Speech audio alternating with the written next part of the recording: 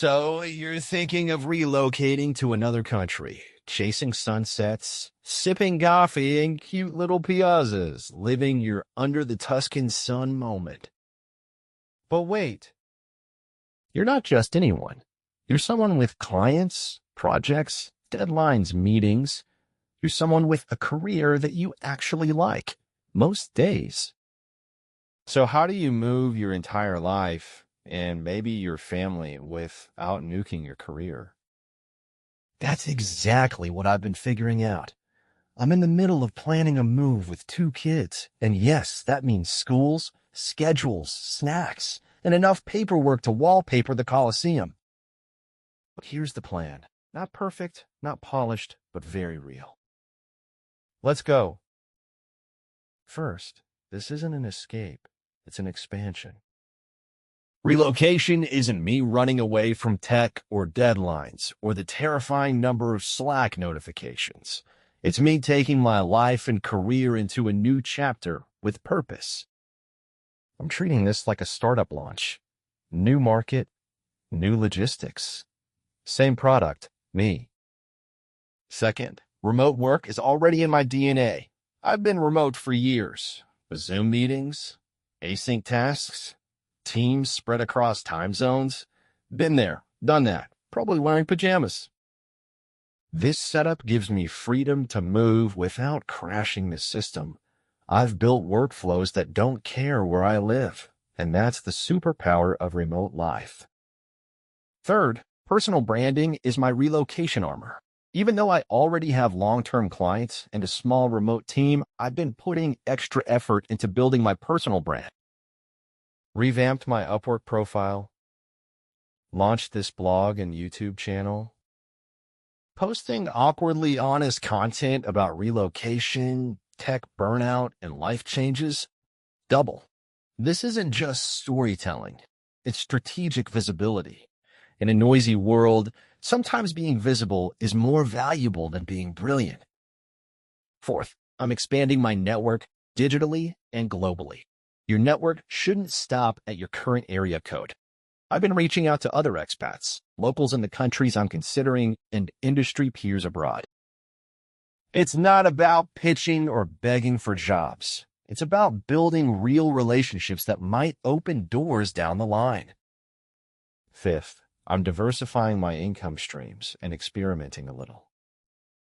Sure, I still do client work, but I've also been playing around with uploading AI-generated images to stock platforms, some even sold. Dipping into crypto, creating small digital products. The idea isn't to get rich quick. The idea is to build financial flexibility, so the relocation doesn't feel like standing on a single financial leg wobbling on an unfamiliar floor. And between us, I'm kind of over the AI art hustle already. The same tech that lets me create is also flooding the market. So now I'm dreaming of something real, something offline.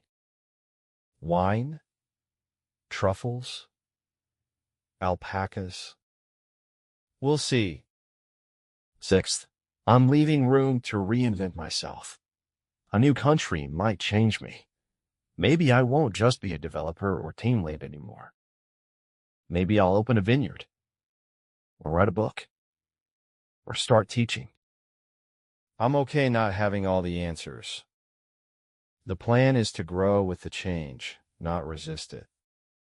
Seventh, I'm budgeting for chaos and a little bit of joy. Yes, I've got spreadsheets. Yes, I've got estimates. But I also know things will go off script.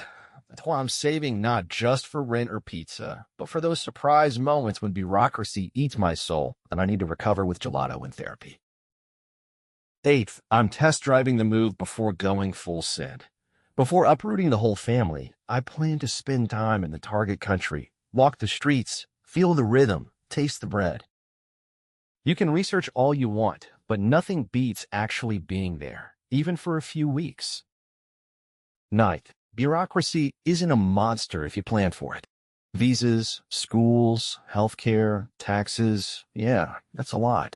But I'm mapping it all before it hits me like an espresso-fueled freight train. If you treat it like a game, collect documents, unlock achievements, win a residence permit, it becomes almost fun. Almost.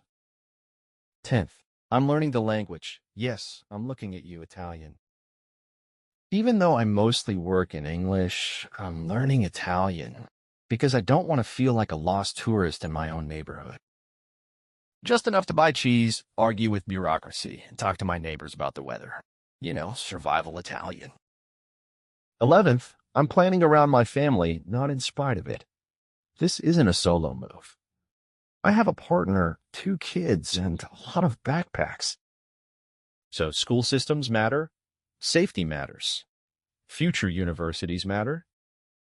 I'm not building a digital nomad fantasy. I'm building a life that works for all of us. And finally, I'm leaving the door open. The best part about relocation? The unknown. The people I'll meet. The new rhythms I'll build. The things I'll discover about the world and myself. So I'm planning carefully and letting life surprise me a little too. If you're thinking of relocating with or without kids, with or without a plan, just know you don't have to burn your career down to build a new life. You just have to get strategic and maybe a little bit brave. Until next time, arrivederci amici. And now I want to hear from you. If you could move anywhere in the world without hurting your career, where would you go and why? Drop it in the comments.